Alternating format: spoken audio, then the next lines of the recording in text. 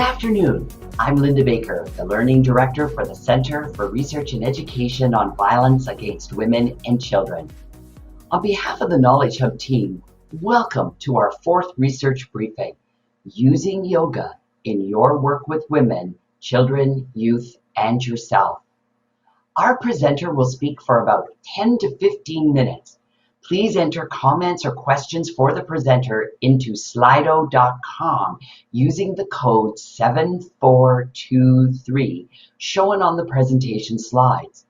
During the last 5 to 10 minutes of our briefing, I will present some of your questions to our presenter. The link to the presentation slides was emailed to you earlier today. I'm honored to introduce Renee Turner. She is the research manager for the Reaching Out with Yoga project.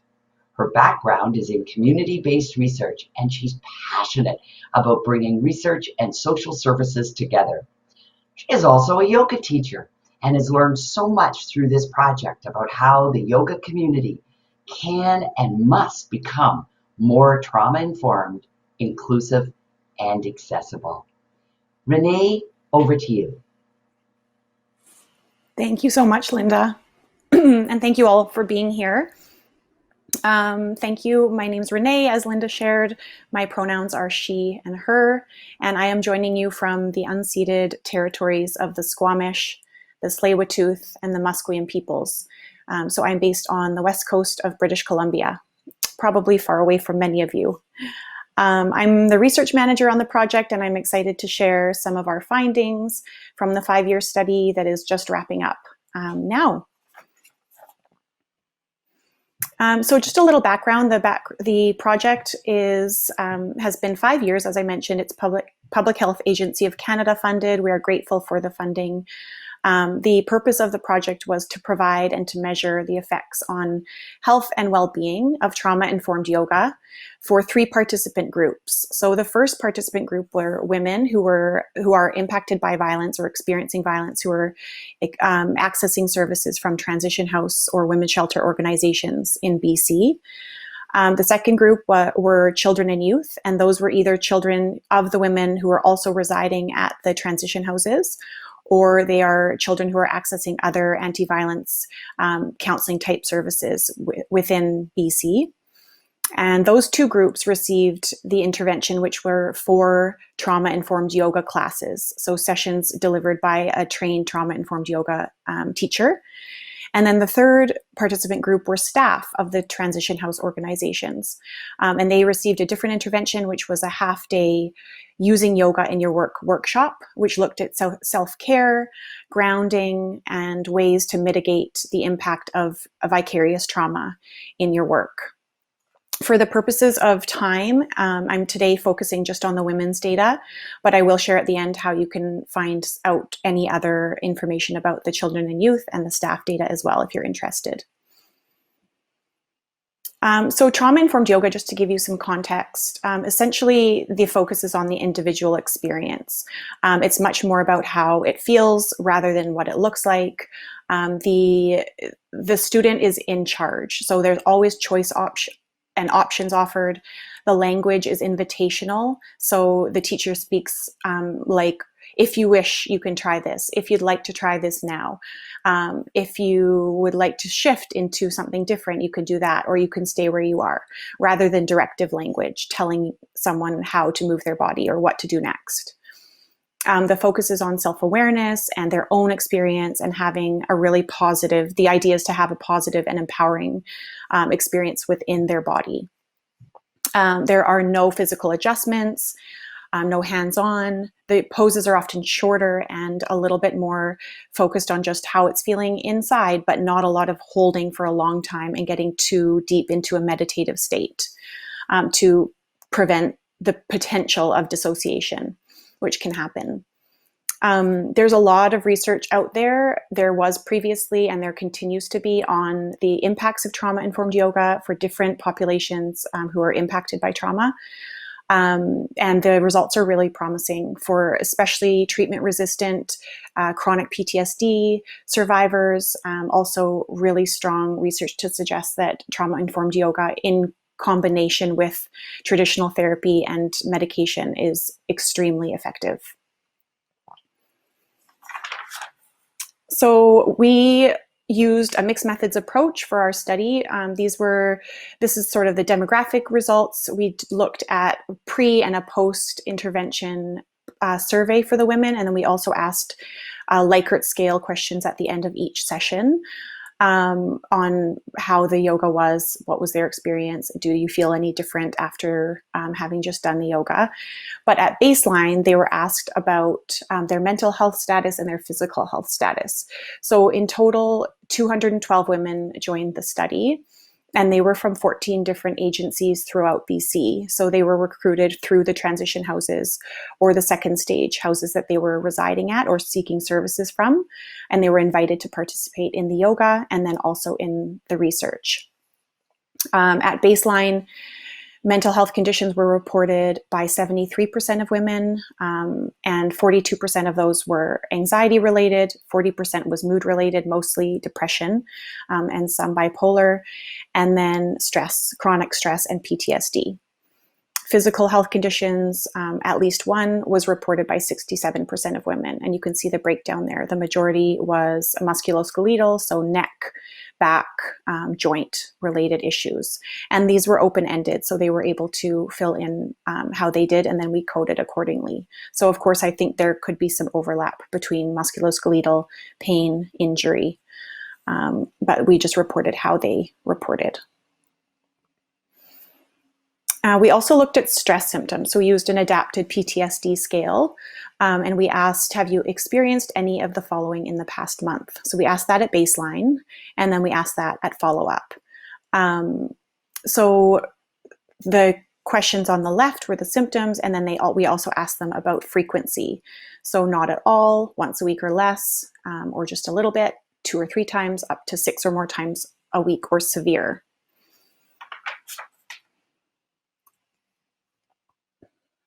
So you can see on the left, these are the results from those surveys.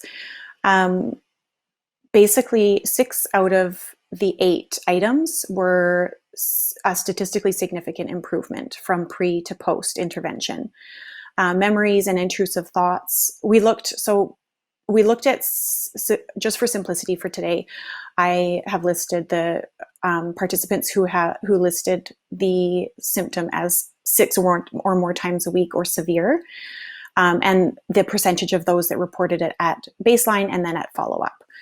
So for memories and intrusive thoughts, or that sort of rumination type symptom, almost 35% of them at baseline said that they were experiencing severe rumination. And then that decreased to 14.3% at follow-up. Sleep difficulties, also a significant decrease.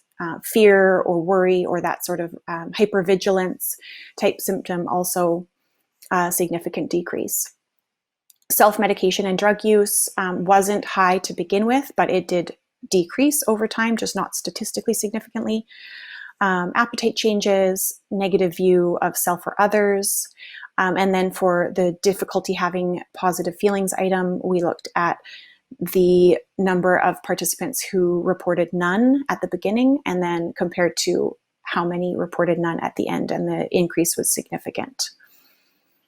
I want to acknowledge that the yoga and we cannot take full credit for all of these improvements, and we did not control for the other supports that they were receiving.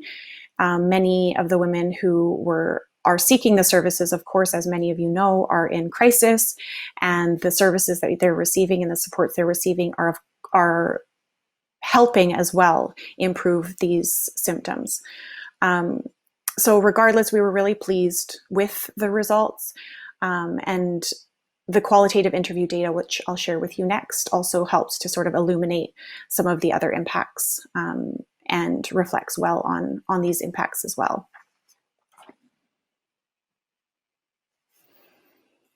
So as I mentioned, it was a mixed method study. So we also invited women to do a semi-structured interview at the end.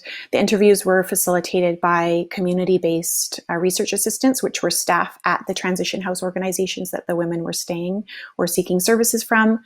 And 56 women did complete interviews. We asked about experiences, benefits and drawbacks, ways that they might be using the techniques in their daily lives, and these were the most common themes that emerged. So 86% of the women who did the interviews mentioned something to do with how the yoga impacted their ability to relax and self-regulate, as well as using the techniques to help them sleep, help them fall asleep at night, things like that. 55% reported physical benefits, like noticing that their strength was improving, their flexibility, and that the poses and the yoga was getting easier over time. They felt a sense of mastery over them, which was a really positive effect. 43% on how doing the yoga impacted their pain in a positive way. This quote here that I have, it's from a woman who had a surgery, and she had found that the pain after each time she did a yoga class was much better. 21% mentioned the social aspect of the program, how it made them realize that they weren't alone. They were healing and learning together. And then a few women mentioned that it was really supportive and helpful in dealing with difficult dynamics within the shared living settings that they were in. So it really brought them together as a house and as a community. And then 39% commented on the style of trauma-informed yoga being accessible and beneficial, and that it was different to what they had previously experienced with other forms of yoga that they had engaged in previously. Other statistically significant results that we saw as a result of our study, physical activity level. So we asked at baseline and at follow-up the number of times in the previous 2 weeks the women had engaged in 20 minutes or more of brisk physical activity, and we gave some examples of what that would be. And that was a significant increase over time. Also enjoyment. So I mentioned the post-class surveys that they did at the end of each class. They were across the board pretty high to begin with, but the increase over time, so from their first class to their last class, was a significant improvement from their just enjoying it, their mood feeling better, their body feeling better over time. So that was a really nice result. And then the perception of yoga in general. So we asked at baseline and then at follow-up again, whether they had done yoga before, and if so, was it pleasant on a scale of 1 to 5? Was it energizing for them on a scale of 1 to 5? And was it relaxing? And all three of those items statistically significantly increased over time from pre to post intervention, indicating a general favoring toward this style of yoga specifically.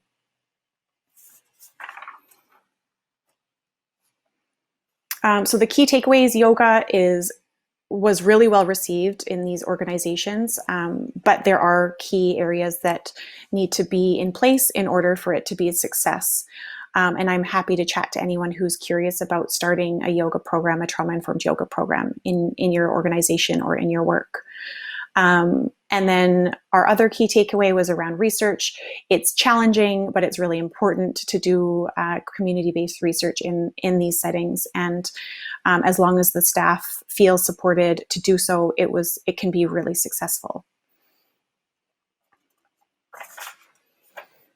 So tools and resources, I just want to bring your attention to our website, where we have listed all of our resources that we created through the project. So our partner organization, Yoga Outreach, who are the specialists in trauma-informed yoga, they developed 5 trauma-informed yoga videos for anyone to use. This one on the top left is a 10-minute chair yoga practice that I would encourage anyone to do. It's so easy to incorporate into your day-to-day or to use with clients or to share with clients. Using yoga with children and youth resource we also created that you can download there, that gives you some ideas about breathing and mindfulness and movement practices. And then we did a using yoga at work poster that I'll share with you here. So you can have it up on your wall and just have some really nice ideas for some chair movements. You can do one or you can do the whole flow. And then we created some booklets, Yoga Your Way. So the idea for these was that women could continuously use the trauma-informed yoga things that they learned ongoingly, even after they leave the project, leave the house, leave the agency that they're seeking services from. So I'd encourage you to go online and check those out.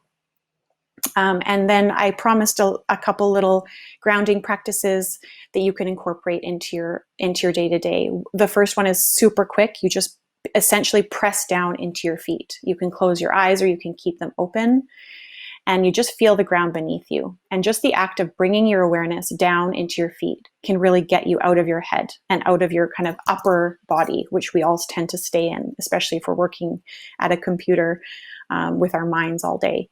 The other one is you can use your hands as kind of a mimicking the breath. So inhaling, exhaling.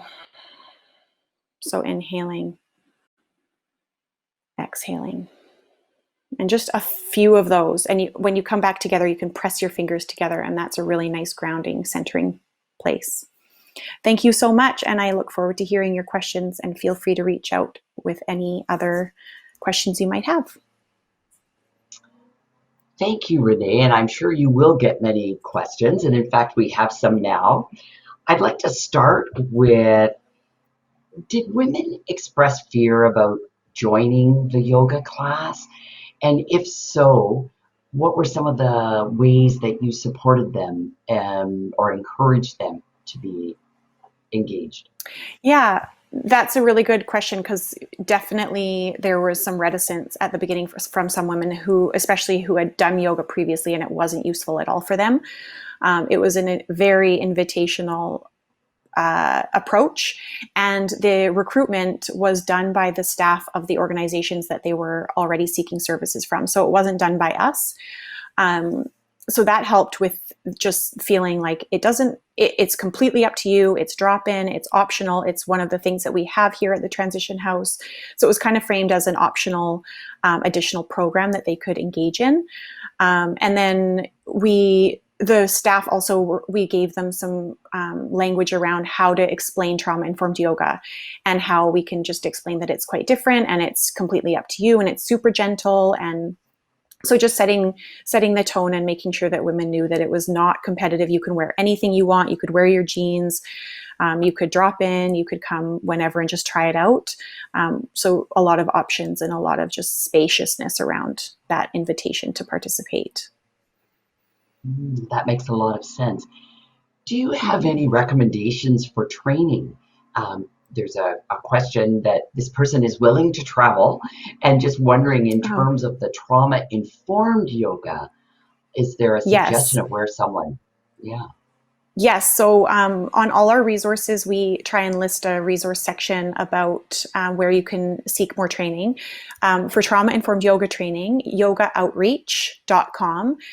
Yoga Outreach is our partner organization, and they specialize in doing trauma-informed yoga for yoga teachers. And they actually have shifted to online trainings for now anyway. So that's a really great place to start. And then if you want to do specific to children and youth, the New Leaf Foundation is an organization, I think they're based in Ontario, and they do specifically for children and youth impacted by violence. Oh, those are great recommendations. There's another question, Renee, about, in bringing yoga into the shelter, did it influence the sort of milieu or the tone in the shelter? So I did check-in calls with the sites every few weeks, and we asked questions about that. How was it going? How's the kind of overall feeling toward it? And it really varied. Some shelters, if they're bigger organizations, it didn't really faze anyone if they weren't participating. It would just really be like a poster on the wall, and it would be happening once a week. No one else knew. And then other smaller houses where it was a really kind of closer knit, like maybe 2 or 3 beds in the shelter, and everyone was aware that it was happening, then it was more of like a community experience.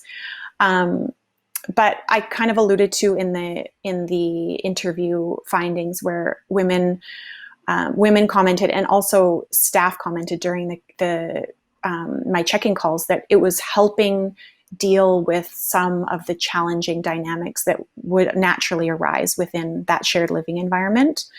And that also it was helping with dynamics between staff. So the staff training where they received the half-day workshop on invitational language and trauma-informed yoga and ways to take care of yourself, that they were finding that they were using those skills with each other, and finding that it was useful to support not only their own personal self-care, but their interactions with other staff and with the women themselves.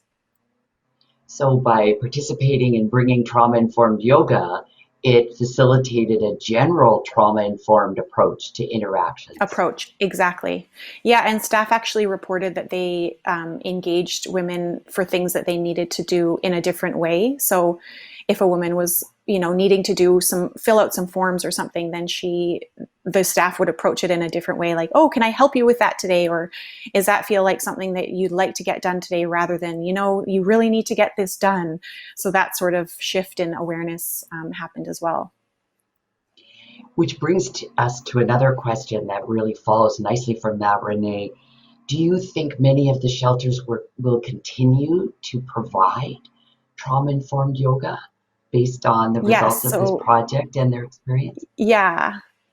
So that was a big focus of ours, was to make sure that it stayed sustainable as possible. So with the project, all the sites got the props that they needed to have the yoga take place. They also received all the training that they needed to have. So yoga teachers within each community got trained in trauma-informed yoga. So now there are probably 50 or 60 yoga teachers who had previously not received the training, but now they are all trained in trauma-informed yoga. And those relationships have been formed and connected, and many sites have said that have continued. And even though the data collection stopped in March, the classes are still running. Some shifted to Zoom, and the plan is for that to keep going. And then other organizations of our membership at BC Society of Transition Houses have shown an interest, and they're also looking into rolling it out. And it's quite a lot more appealing now that it's not a research study, so they can just roll out the yoga without having to do the research requirements. That's understandable, but having said that, we're glad you did the research, Renee, and that was supported. We have run out of time, unfortunately, but I'd like to thank you. Remind our participants that you can learn more through Renee's kind invitation to contact her. And also, please fill out the evaluation before you go. So thank you, Renee, again, and thank you to everyone else who joined us for today. Thanks a lot. You're welcome.